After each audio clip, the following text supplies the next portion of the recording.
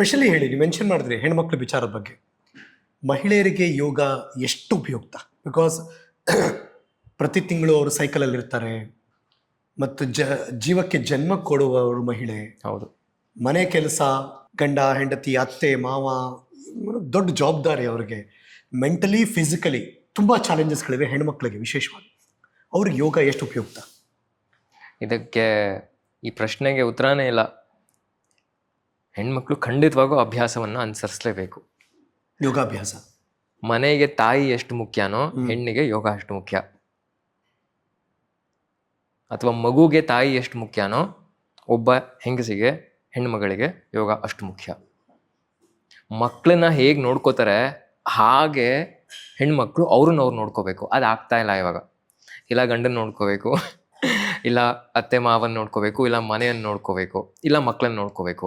ಅವರ ಪ್ರಾಮುಖ್ಯತೆ ಬಹಳ ಕಮ್ಮಿ ಆಗ್ಬಿಟ್ಟಿದೆ ಇವಾಗ.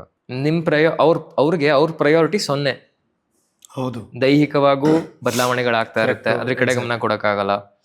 ಮನೆಯಲ್ಲಿರೋ ಇವಾಗ 5 ಜನದ ರೆಸ್ಪಾನ್ಸಿಬಿಲಿಟಿ ಒಬ್ರು ತಲೆ ಮೇಲೆ ಬಂತು ಅಂತ ಹೇಳಿದ್ರೆ ಹೇಗ್ ಸಾಧ್ಯ? ಕ್ಲಾಕ್ ವರ್ಕ್ ಆಗ್ತಾನೆ ಇರುತ್ತೆ ಬೆಳಗ್ಗೆ ಎದ್ದಾಗಿಂದ ರಾತ್ರಿ ಮಲಗೋ ತನಕ. ಅವ್ರು ಯಾವಾಗ ಅವ್ರ ಬಗ್ಗೆ ಯೋಚನೆ ಮಾಡಕ್ ಸಮಯ ಸಿಗತ್ತೆ? ನೀವೇ ಹೇಳಿ.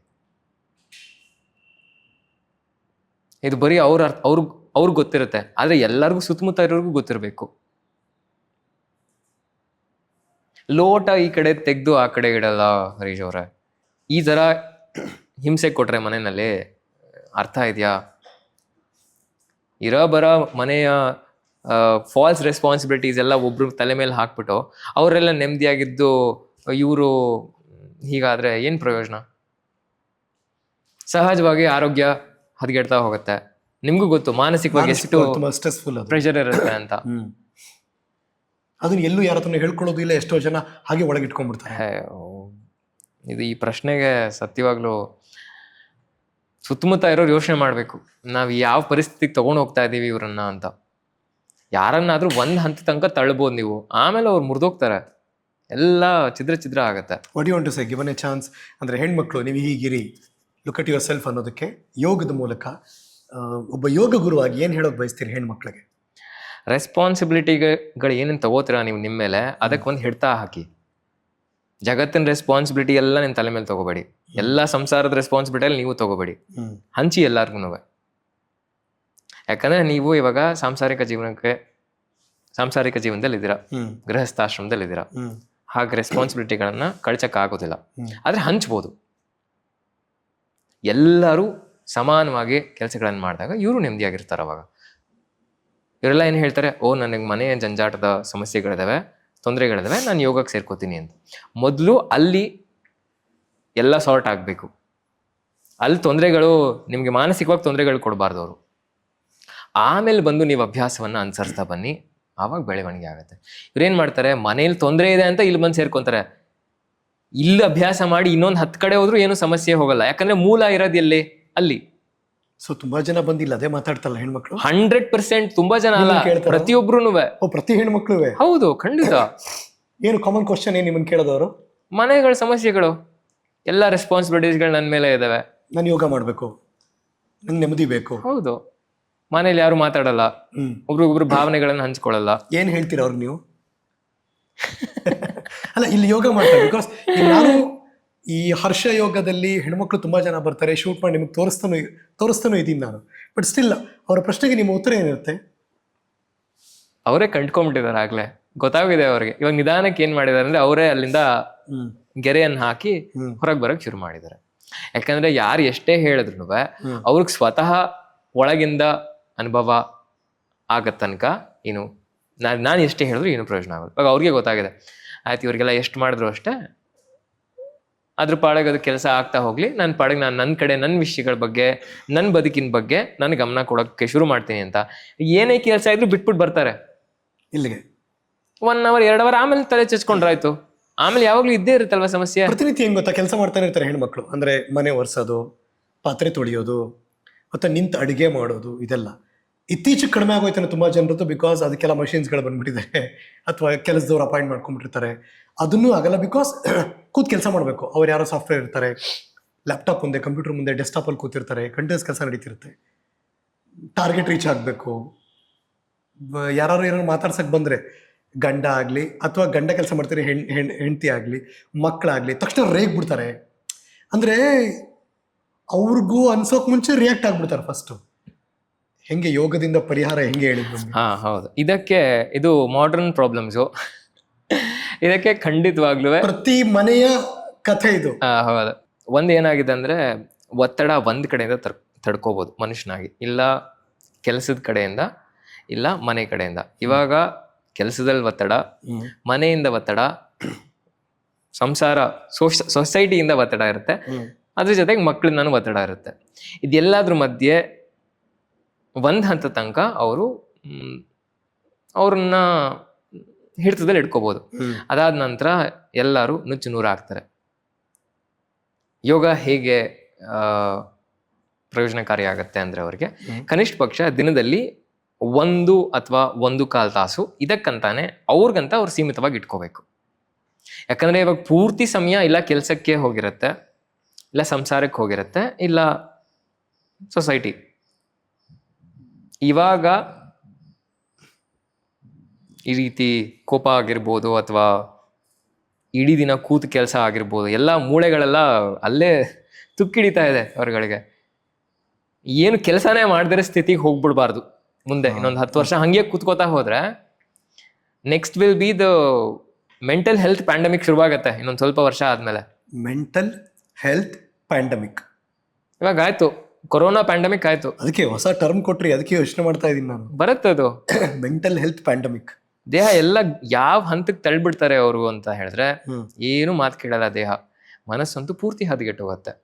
ಅಂದವರಿಗೆ ಶುರು ಮಾಡಕ್ಕೆ ಕನಿಷ್ಠ ಪಕ್ಷ ಒಂದಿನಕ್ಕೆ 1 ರಿಂದ 1.25 ತಾಸು ನಿಮ್ಗಂತ ನೀವು ಸೀಮಿತವಾಗಿಟ್ಟಿರ್ಬೇಕು ಯೋಗಾಭ್ಯಾಸಕ್ಕೆ. ಹೌದು, ಬನ್ನಿ ತರ ಶಾಲೆಗಳಿಗೆ ಸೇರಿಕೊಳ್ಳಿ, ಅಭ್ಯಾಸ ಮಾಡಕ್ಕೆ ಶುರು ಮಾಡಿ. ನಿಮ್ಮ ಸಂಘವನ್ನ ಬದಲಾಯಿಸಿ. ಎಲ್ಲ ಬರೀ ಸಂಸಾರಕ್ಕೆ ಸೊಸೈಟಿಗೆ ಸೀಮಿತವಾಗಿರಬಾರ್ದು. ನಾವು ಸತ್ಸಂಗ ಅಂತ ಹೇಳ್ತೀವಿ, ಆಯ್ತಾ? ಅ company of like minded people. ಇಲ್ಲೂ ಎಲ್ಲ ಬರ್ತಾರೆ, 50 ಜನ ಬರ್ತಾರೆ, 100 ಜನ ಬರ್ತಾರೆ ಅಂತ ಅನ್ಕೊಳ್ಳಿ. ಎಲ್ಲರೂ ಮಾನಸಿಕ ಸ್ಥಿತಿ ಪೂರ್ತಿ ಬೇರೆ ಇರುತ್ತೆ. ಯಾಕಂದ್ರೆ ಕೆಲಸದ ಮನೋಭಾವನೆ ಇರೋದಿಲ್ಲ, ಸಂಸಾರದ ಮನೋಭಾವನೆ ಇರೋದಿಲ್ಲ, ಬೆಳವಣಿಗೆ, ಸ್ವತಂತ್ರ, ಖುಷಿ ಅನ್ನೋ ಮನೋಭಾವನೆ, ಕಲಿಬೇಕು ಅನ್ನೋ ಮನೋಭಾವನೆ ಇಲ್ಲಿ ಬರ್ತಾರೆ. ಕರೆಕ್ಟ್. ಇದಕ್ಕೆ ನಾನು ಬಹಳಷ್ಟು ಸತಿ ಹೇಳ್ತೀನಿ, this is a bond beyond blood. Bond beyond blood. Okay, ಹೌದು, ಕರೆಕ್ಟ್. ಹುಟ್ತೀವಿ ಸಂಸಾರದಲ್ಲಿ, ಮತ್ತೆ ಯಾರ್ಯಾರಿಗೆ ತಂದೆ ತಾಯಿಗಳಾಗ ಸಂಬಂಧಕ್ಕಿಂತ ಮೀರಿದ್ದು. ಹೌದು, ಎಲ್ಲಾನು ರಕ್ತದಲ್ಲಿ ಬರಲ್ಲ. ಓ ನಮ್ ಸಂಸಾರ, ನಾವು ನಮ್ ಜನ, ಎಷ್ಟ್ ಸಾಕಣ್ರಿ, ಎಷ್ಟ್ ದಿನ ಅಂತ. ನಮ್ಮೋರು ಯಾರು ನಿಮ್ಮೋರಲ್ಲ, ನೀವೇ ನಿಮ್ಮವ್ರಲ್ಲ. ಮನುಷ್ಯ ಸಂಘಜೀವಿ ಅಲ್ವಾ? ನಾನು ಅದೇ ಹೇಳ್ತಾ ಇರೋದು. ಇವರೆಲ್ಲ ಏನ್ ಮಾಡಿದಾರ ಅಂತ ಹೇಳಿದ್ರೆ, ವಿಷಯಗಳನ್ನು ನಮ್ಗೆ ನೆಮ್ಮದಿ. ಇವ್ರಿಗೆಲ್ಲ ಪ್ರೂಫ್ ಎಲ್ಲಿಂದ ಬರುತ್ತೆ ನನ್ ಗ್ರೋತ್ ಆಗ್ತದೆ ಅಂತ? ಇಲ್ಲ ಆಫೀಸಿಂದ ಬರಬೇಕು, ಇಲ್ಲ ಮನೇಲಿ ಯಾರು ಹೇಳ್ಬೇಕು. ನಾನ್ ಹೇಳ್ತೀನಿ ಕೇಳಿ, ಇದು 2 ಅವಶ್ಯಕತೆನೇ ಇಲ್ಲ ನಿಮ್ಗೆ. ಇದು 2 ಬಿಟ್ಟು ನೀವೇನಾದ್ರು ಹುಡ್ಕೊಂಡಿದ್ದೀರಾ ಅಂತ ಹೇಳಿದ್ರೆ ಅದು ನಿಜವಾದ ಪ್ರೂಫ್ ನಿಮ್ಗೆ. ಆಯ್ತು, ನಾನು ಜೀವನದಲ್ಲಿ ಬದುಕ್ತಾ ಇದ್ದೀನಿ ಅಂತ. ಇವಾಗ ಇವ್ರಿಗೆಲ್ಲಾನು ಸಂಸಾರ ತೆಗೆದ್ಬಿಡಿ, ಅವ್ರ ಕೆಲಸ ಕಾರ್ಯಗಳನ್ನ ತೆಗೆದ್ಬಿಡಿ. ನೀವ್ ಯಾರು ಅಂದ್ರೆ ಕ್ವೆಶ್ಚನ್ ಮಾರ್ಕ್, ಗೊತ್ತೇ ಇಲ್ಲ. ಐಡೆಂಟಿಟಿ ಏನು ಇಲ್ವೇ ಇಲ್ಲ ಅವರಿಗೆ. ಇವಾಗ ನಾನು ಯೋಗ ತೆಗೆದ್ಬಿಡಿ, 1000 ಇದೆ ನಂಗೆ ಹೇಳಕ್ ನಿಮ್ಗೆ. ಇವ್ರಿಗೆ ಮಕ್ಕಳು ಯಾರು, ಗಂಡ ಯಾರು, ನಾನು ಎಲ್ಲೂ ಹುಟ್ಟಿದೀನಿ, ನನ್ನ ಕೆಲಸ ಏನೋ, ಇದ್ ಬಿಟ್ರೆ ಅವ್ರಿಗೆ ಗೊತ್ತೇ ಇಲ್ಲ ಏನಂತ. ಇದು ಹೆಣ್ಮಕ್ಳಿಗೆ ಮಾತ್ರ ಸೀಮಿತವಾದದಲ್ಲ, ಗಂಡಸ್ರಿಗೂ ಅಷ್ಟೇ. ಹೆಂಗೆ ನಮ್ಮನ್ನ ನಾವು ಗುರುತಿಸ್ಕೋಬೇಕು? ನೀವ್ ಹುಡ್ಕೋಬೇಕು ಅದನ್ನ. ನೀವ್ ಏನ್ ಮಾಡಿದಾರೆ ಅಂದ್ರೆ ಇಲ್ಲ, ಹುಟ್ಟಾಗಿ ನಾನು ಬರೀ ಒಂದೇ ಕೆಲಸ ಮಾಡ್ಕೊಂಡ್ ಬರ್ತಾರೆ. ಅದ್ ಬಿಟ್ರೆ ಬೇರೆ ಯೋಚನೆ ಮಾಡಕ್ ಶಕ್ತಿ ಇರಲ್ಲ ಅವರಿಗೆ. ಅಂದ್ರೆ ಯಾರೋ ಇಂಜಿನಿಯರಿಂಗ್ ಕೆಲಸ ಮಾಡ್ತಿದ್ದಾರೆ ಅಷ್ಟೇ, ಯಾರೋ ಡ್ರೈವಿಂಗ್ ಕೆಲಸ ಮಾಡ್ತಿದ್ದಾರೆ. ಮನುಷ್ಯನಾಗ ಹುಟ್ಟಿದ್ಮೇಲೆ ನೀವ್ ಒಂದ್ ಕೆಲಸ ಮಾಡಕ್ ಮಾತ್ರ ಹುಟ್ಟಿಲ್ಲ ರೀ. ಎಷ್ಟು ಊಟದಲ್ಲೇ ಎಷ್ಟು ವಿಧಗಳಿದಾವೆ. ದಿನ ಇಡ್ಲಿ ತಿನ್ನಲ್ಲ ಯಾರುವೆ. ನಮ್ಮ ಮನೇಲಿ ಇಡ್ಲಿ ಮಾಡಿದ್ರು, ದಿನ ಇಡ್ಲಿ ತಿನ್ನಲ್ಲ ಯಾರುವೆ. ಸ್ವೀಟ್ ಇಷ್ಟ ಅಂತ ಒಂದೇ ಸ್ವೀಟ್ ತಿಂತೀರಾ? ಇಲ್ಲ, ಎಷ್ಟು ವೆರೈಟಿಗಳಿರ್ತವೆ. ಜೀವನದಲ್ಲಿ ಕೆಲಸ ಮಾಡಿದ್ರಲ್ಲೂ ವೆರೈಟಿ ಬೇಡವಾ ನಿಮ್ಗೆ? ಏಕತಾನತೆ ತುಂಬಾ ಕಾಡುತ್ತೆ, ಕಾಡಬಾರ್ದು. ಸೊ ಹಾಗಾಗಿ ನಿಮ್ಮ ಬದಲಾವಣೆಗೆ ಬೇರೆ ಬೇರೆದು ಮಾಡ್ಬೇಕು ನೀವು ಅಂತನಾ?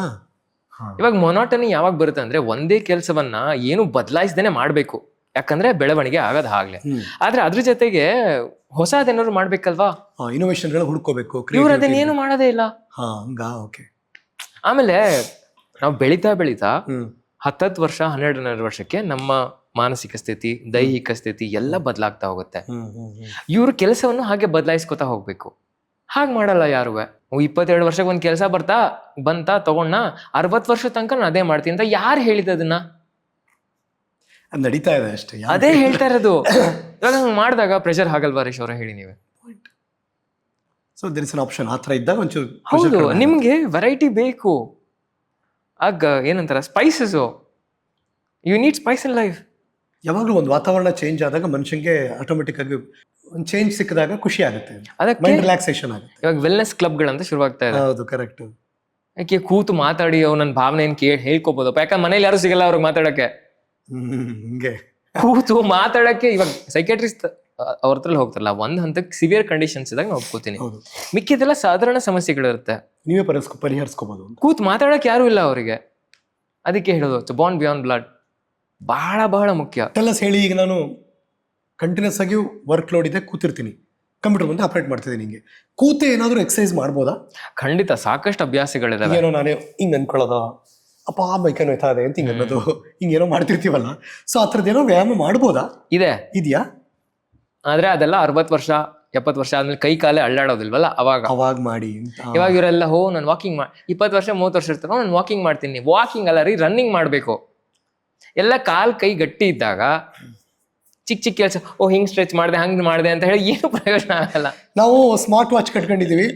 ಸ್ಮಾರ್ಟ್ ವಾಚ್ ಅಲ್ಲಿ ಎಲ್ಲೋ ನೋಡಿದ್ದು ಓದಿದ್ದು ನೆನಪಾಗ್ತಿದೆ. ಸೊ ಪ್ರತಿದಿನ 10,000 ಸ್ಟೆಪ್ ಹಾಕಿದ್ರೆ ನಾವು ಆರೋಗ್ಯವಾಗಿರ್ತೀವಿ. ನೀವ್ ಹೇಳಿ. ಈಗ ಯಾರ್ರಿ ಹೇಳಿದ್ದು? ನೀವ್ ಹೇಳಿ. ದಿಸ್ ವಾಟ್ ವಿ ಈಗ ಇಂಟರ್ನೆಟ್ ಅಲ್ಲಿ ನಾವು ನೋಡಿದಾಗೆಲ್ಲ ಸಿಗೋದು ಇದೆ ತಾನೆ. ಈ ಸ್ಮಾರ್ಟ್ ವಾಚ್ ಹಾಕೊಂಡು 10,000 ನಮ್ಮವರೆಲ್ಲ ಸ್ಟೇಟಸ್ ಹಾಕ್ತಾರೆ, ಟುಡೇ 11,000 ಸ್ಟೆಪ್ ಆಗಿದೆ ನಂದು ಅಂತ ಹಾಕ್ತಾರೆ. ನಾನು ಖಂಡಿತವಾಗಿ ಹೇಳ್ತೀನಿ ಕೇಳಿ. ಮೊದಲು ಸ್ಮಾರ್ಟ್ ವಾಚ್ ಸಿಗೋದು ಬಿಸಾಕಿ, ಫೋನ್ ಇಟ್ಕೊಂಡ್ರಿ ಸಾಕು. ವಾಚ್ ಬಂತು, ರಿಂಗ್ ಬಂತು, ಇವಾಗ ಯಾವ ಟೆಂಪಲ್ ಅಂತ ಇಲ್ಲಿ ಹಣೆ ಮೇಲೆ ಬೇರೆ ಹಾಕೊಳ್ಳೋದು. ಇನ್ ಎಲ್ಲೆಲ್ಲಿಗೆ ಹಾಕೋತೀರಾ? ದೊಡ್ಡ ದೊಡ್ಡ ಸ್ಪೋರ್ಟ್ಸ್ ಪರ್ಸೆಂಟೇಜ್ಗಳು ಹಾಕೊಂಡು ಮಾಡ್ತಾರೆ. ಅದೇ ನಾ ಹೇಳಿ, ನಿಮ್ ತಲೆ ಇಲ್ವಾ? ಇದೇ ತಾನೆ. ಇವಾಗ ಅದು ಆಯ್ತು, ಎಲ್ಲ ಡಿವೈಸಸ್ ಬಂತು. ಯಾರು ಡಿಸೈನ್ ಮಾಡಿದ ಅದನ್ನ? It's A human mind. ಅದನ್ನ ಉಪಯೋಗಿಸಿ. ಒಂದ್ ಹಂತದ ತನಕ ಡಿಪೆಂಡೆನ್ಸ್ ಆಗ್ಬೇಕು. ಫೋನ್ ಆಯ್ತು, ವಾಚ್ ಆಯ್ತು, ರಿಂಗು, ಇಲ್ಲಿ ಇವಾಗ ಕನ್ನಡಕ ಬೇರೆ ಬರ್ತಾ ಇದೆ. ಎಲ್ಲೆಲ್ಲ ಅಂತ ಹಾಕೋತೀರಾ? ಏನೇನ್ ಹಾಕೋತೀರಾ? ಅದನ್ನ ನೋಡ್ಕೊಳ್ಳೋದೇನೆ ಫುಲ್ ಟೈಮ್ ಕೆಲಸ ಆಗ್ಬಿಡುತ್ತೆ. ನಂಗೆ ಆತಂಕ ಆದ್ರೆ ನಂದು BP ಎಷ್ಟಿದೆ ಅಂತ ಕೈ ನೋಡ್ತಾರೆ. ಬಿಕಾಸ್ ನಾ ಆತಂಕ ಆದ್ರೆ ತೆಗೆದು ಬಿಸಾಕ್ಬಿಟ್ಟು ಏನಕ್ಕೆ ಹಿಂಗಾಯ್ತು ಅಂತ ಯೋಚನೆ ಮಾಡ್ಬೇಕು. ಹಂಗ ಅದಕ್ಕೆ ಸೊಲ್ಯೂಷನ್ ಸಿಗುತ್ತೆ ಅಂತ. ಎಲ್ಲದಕ್ಕೂ ಬರೀ ಡಿವೈಸ್ ನಾನು ಉಪಯೋಗಿಸ್ತೀನಿ ಇಲ್ಲ ಅಂತ ಹೇಳೋದು. ಅದಕ್ಕೂ ಒಂದು ಹಂತ, ಒಂದು ಲಿಮಿಟೇಷನ್ ಇರ್ಬೇಕು. ಲಿಮಿಟ್ ಮೀರ್ಬಿಟ್ಟಿದೀವ ಗ್ಯಾಡ್ಜೆಟ್ಸ್ಗಳ ಮೇಲೆ. ಖಂಡಿತ ಅಡಿಕ್ಷನ್. ಖಂಡಿತ. ಎಷ್ಟು ಫ್ರೀ ಆಗಿದ್ವಿ ನಾವ್ ಅವಾಗ. ಇವಾಗ ಬಾತ್ರೂಮ್ ಅಲ್ಲಿ ಕೂತ್ಕೊಂಡು ವಾಚ್ ನೋಡ್ತಾ ಇರ್ತಾರೆ, ಕಮೋಡ್ ಮೇಲೆ ಕೂತ್ ಮೊಬೈಲ್ ನೋಡ್ತಾರೆ. ಇದ್ರಿಗೆಂತರ್ಗೆಲ್ಲ ಏನ್ ಹೇಳ್ಬೇಕು? ದೇವ್ರ ಮನೆಗೂ ಹೋಗುತ್ತೆ, ಬಸ್ರು ಮನೆಗೂ ಹೋಗುತ್ತೆ, ಬೆಡ್ರೂಮ್ಗೂ ಹೋಗುತ್ತೆ, ಹಾಲಲ್ಲೂ ಇರುತ್ತೆ. ಹೌ ಡೇಂಜರಸ್ ಬಾತ್ರೂಮ್ ಅಲ್ಲಿ ಗ್ಯಾಡ್ಜೆಟ್ಸ್ ಯೂಸ್ ಮಾಡೋದು. ಬಹಳ ಬಹಳ. ಟಾಯ್ಲೆಟ್ ಅಲ್ಲಿ ಮೊಬೈಲ್ ಯೂಸ್ ಮಾಡೋದು ಬಹಳ. ಇವಾಗ ಸಾಧಾರಣವಾಗಿ ಯು ವಿಸಿಟ್ ಬಾತ್ರೂಮ್, 5 ನಿಮಿಷ 10 ನಿಮಿಷ ಕೆಲಸ. ಇವಾಗ ಅರ್ಧ ಗಂಟೆ 20 ನಿಮಿಷ 40 ನಿಮಿಷ ಆದ್ರೂ ಆಚೆ ಬರಲ್ಲ ಯಾರು. ಏನ್ ಎಫೆಕ್ಟ್ ಆಗುತ್ತೆ? ಒಳಗಡೆ ಸಿಸ್ಟಮ್ಸ್ ಎಲ್ಲ ಹಾಳಾಗೋಗುತ್ತೆ.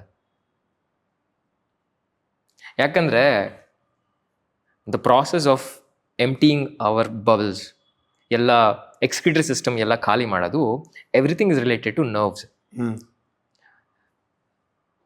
ಸೆಂಟ್ರಲ್ ನರ್ವಸ್ ಸಿಸ್ಟಮ್ಸ್ ಇಂದ ಕಮಾಂಡ್ ಹೋಗುತ್ತೆ ಆಯ್ತಾ. ಎಲ್ಲ ಯಾವ್ಯಾವ ಆಹಾರವನ್ನು ಸೇವನೆ ಮಾಡಿದ್ವಿ ಅದೆಲ್ಲ ಪಚನ ಆಗಿದೆ. ಇವಾಗ ಲಾರ್ಜ್ ಇಂಟೆಸ್ಟೈನ್, ಸ್ಮಾಲ್ ಇಂಟೆಸ್ಟೈನ್ ಇಂದ ಎಲ್ಲ ಮುಂದಕ್ಕೆ ಹೋಗಿ ಇಟ್ಸ್ ನಾವ್ ಅಟ್ ದ ಇನ್ನರ್ ರೀಜನ್. ಇದರಿಂದ ಹೊರಗೆ ಬರಬೇಕು ಅಂತ ಗೊತ್ತಾಗತ್ತೆ. ಇದಾದಾಗ ಯು ಶುಡ್ ಬಿ ದೇರ್. ನೀವು ಇಲ್ಲಿ ಗಮನ ಕೊಡ್ತಾ ಇದ್ರೆ full sympathetic nervous systems, parasympathetic nervous system, central nervous system ಎಲ್ಲ ಅಲ್ಲಿ ಎಂಗೇಜ್ ಆಗಿರುತ್ತೆ. ಆ ಪ್ರಾಸೆಸ್ಸೇ ಹಾಳಾಗಿ ಹೋಗ್ತಾ ಇದೆ. ಅವಾಗ ಏನಾಗ್ತಾ ಇದೆ, the rate at which the excretory system throws out the waste ಜಾಸ್ತಿ ಆಗ್ತಾ ಇದೆ. ಅದಕ್ಕೆ ಇವರು ಅರ್ಧ ಗಂಟೆ 3/4 ಗಂಟೆ ಕೂತ್ರು ಏನೂ ಆಗಿರಲ್ಲ. ಕಮಾಂಡ್ ಸೆಂಟರು ದೇಹದ ಮಲವನ್ನ ಆಚೆ ಹಾಕೋದಕ್ಕೆ ಇರೋದು ಇಲ್ಲಿ ತಲೆನಲ್ಲಿ. ಸೊ ಅದ್ರ ಗಮನ ಬೇರೆ ಕಡೆ ಇದೆ. ಹೌದು. ಇವಾಗ ನೀವು ನಾನ್ ಸ್ಟಾಪ್ ಸ್ಟಿಮ್ಯುಲೇಷನ್ ಆಗ್ತಾ ಇದೆ ಅನ್ಕೊಳ್ಳಿ. ನೀವು ಡಿಸ್ಟರ್ಬ್ ಮಾಡಿದೀರಾ. ಹೌದು. ಇವಾಗ ಏನಕ್ಕೆ ಎಲ್ಲೋ ಆರೋಗ್ಯ ಧಾಮಕ್ಕೆ ಹೋದಾಗ್ಲೋ ಎಲ್ಲೋ ಹೋದಾಗ ಎಲ್ಲ ಸಹಜವಾಗಿ ಆಗತ್ತೆ, ಮನೆಗೆ ಬಂದಾಗ ಏನಕ್ಕೆ ಏನೂ ಆಗಲ್ಲ. ನರ್ವಸ್ ಸಿಸ್ಟಮ್ ಹೇಗ್ ಸ್ಟಿಮ್ಯುಲೇಷನ್ ಕೇಳ್ತಾ ಇದೆ ನಡುವೆ ಅಂತ ಹೇಳಿದ್ರೆ ದೇವ್ರು ಬಂದ್ರು ಅವ್ರಿಗೆ ಏನು ಮಾಡಕ್ ಆಗೋದಿಲ್ಲ. ತುಂಬಾ ಜನರಿಗೆ ಹೆಲ್ಪ್ ಆಗುತ್ತೆ ಇವತ್ತು ಇವ್ರು ಹೇಳಿರೋದು, ಅದಂತೂ ನಿಜ. ಬಹಳಷ್ಟು. ಯಾರ್ಯಾರು ಬಾತ್ರೂಮ್ಗೆ ಟಾಯ್ಲೆಟ್ಗೆ ಮೊಬೈಲ್ ತಗೊಂಡು ಹೋಗ್ತೀರಾ? Very very crucial. ಇವಾಗ ಇವರೆಲ್ಲ ಗಟ್ ಹೆಲ್ತ್ ಅಂತ ಸ್ಟಾರ್ಟ್ ಮಾಡಿದ್ದಾರೆ. ಏನ್ರಿ ಗಟ್ ಹೆಲ್ತ್ ಅಂದ್ರೆ ಸರಿಯಾಗಿ ನಿಮ್ ಪಚನೆ ಆಗ್ಬೇಕು. ತಿನ್ನ ಆಹಾರದಲ್ಲಿ ಉಪ್ಪಿಲ್ಲ, ಖಾರ ಇಲ್ಲ, ಮೆಣಸಿಲ್ಲ, ಅರಿಶಿನ ಇಲ್ಲ, ಬೆಳ್ಳುಳ್ಳಿ ಇಲ್ಲ, ಎಂತದು ಇಲ್ಲ. ಏನ್ ಡೈಜೆಷನ್ ಆಗತ್ತೆ ನಿಮ್ಗೆ? ಮಸಾಲೆ ಚೆನ್ನಾಗಿರುತ್ತೆ. ನಮ್ ಭಾರತೀಯ ಪರಂಪರೆಯಲ್ಲಿ ನಾವೇನ್ ಮೆಣಸಿನ್ಕಾಯಿ ತಿನ್ನಿ ಅಂತ ಹೇಳ್ತಲ್ಲ, ಆ ದಿನಕ್ಕೆ ಏನ್ ಆಹಾರ ಪದ್ಧತಿ ಬೇಕು. ಇವಾಗ ನಾವು ಕರ್ನಾಟಕದಲ್ಲಿ ಇದೀವಿ. ರಾಗಿ ಮುದ್ದೆ, ಅನ್ನ ಸಾರು, ಪಲ್ಯ, ಎಲ್ಲಾದ್ರಲ್ಲೂ ಖಾರದ ಪುಡಿ ಇದ್ದೇ ಇರುತ್ತೆ. ಆ ಖಾರದ ಪುಡಿ ಮಾಡೋದು ಎಷ್ಟು ತರ ಸ್ಪೈಸಸ್ ಹಾಕಿರ್ತಾರೆ ಅದಕ್ಕೆ. ನಮ್ಮ ಅಜ್ಜಿ ಮಾಡ್ಬೇಕಾದ್ರೆ ನಾವು ನೋಡಿದ್ವಿ. ಇವಾಗ ಪ್ರೀಬಯೋಟಿಕ್ ಡ್ರಿಂಕ್ಸ್ ಅಂತೆ. ಓ ಅದೇನ್ ನಾವು ಗಂಜಿ ಕುಡ್ಕೊಂಡ್ ಬಂದಿಲ್ವಾ? ಎಲ್ಲ ರೀಬ್ರ್ಯಾಂಡ್ ಮಾಡಿ ಮಾಡಿ ಜನಗಳನ್ನ ಹೆಂಗೆ ತಲೆ ತೊಳೆದ್ ಬಿಟ್ಟಿದ್ದಾರೆ ಅಂದ್ರೆ ಹೇಳಿದ್ರೆ, ಇವ್ರಿಗೆಲ್ಲ ಯಾವ ಸ್ಥಿತಿಗೆ ಹೋಗಿದ್ದಾರೆ ಅಂದ್ರೆ they like okay if you don't upgrade and modernise we feel like we left back. Correct ರೀ, ನಿಮ್ ತಲೆ ಉಪಯೋಗಿಸ್ರಿ ಫಸ್ಟು. ನಾನು ಇವಾಗ ಏನೇ ಸಮಸ್ಯೆ ಬಂದ್ರು ಆಯ್ತು, ನಮ್ಮ ಅಜ್ಜಿ ತಾತ ಇದ್ದಿದ್ರೆ ಅವ್ರು ಏನ್ ಅನ್ಸರಿಸ್ತಾ ಇದ್ರು ಅದನ್ನ ಯೋಚನೆ ಮಾಡಿ ಅದನ್ನ ಅನ್ಸರ್ಸಕ್ ಶುರು ಮಾಡ್ತೀನಿ. ಇವಾಗ ಗಂಜಿ ಕಾನ್ಸೆಪ್ಟ್ ಮುಂಚೆಯಿಂದಾನು ಇತ್ತು. ಓ ಗಂಜಿ ಕುಡಿಯೋರು ಎಲ್ಲ ಬಡವರು ಅಂತ ಶುರು ಮಾಡಿದ್ರು. ಯಾರೋ ಗಂಜಿ ಕುಡಿಯೋದೇ ಬಿಟ್ಬಿಟ್ರು. ಇವಾಗ ಅದನ್ನೇ ರೀಬ್ರ್ಯಾಂಡ್ ಮಾಡ್ಬಿಟ್ರು. ಓ ಪ್ರೀಬಯೋಟಿಕ್ ಡ್ರಿಂಕ್ ಅಂತ. ಎಲ್ಲರ ಮನೇಲೂ ಹಿಂದಿನ ತಂಗ್ಳನ್ನ ಎಷ್ಟು ಬಹಳ ಮುಖ್ಯ ನಮ್ ದೇಹಕ್ಕೆ. ಓ ತಂಗ್ಳನ್ನ ತಿನ್ಬಾರ್ದು, ಯಾವಾಗ್ಲೂ ಬಿಸಿಯನ್ನ ಕೊಡಿ ಮಕ್ಕಳಿಗೆ. ಯಾರು ಇದನ್ನೆಲ್ಲ ಮಾಡಿದ್ದು? Marketing strategy. ಖಂಡಿತ ಇವ್ರನ್ನ ಹಿಡ್ಕೊಂಡು ಹೊಡಿಬೇಕು, ಸತ್ಯವಾಗ್ಲೂ ಹೇಳ್ತೀನಿ.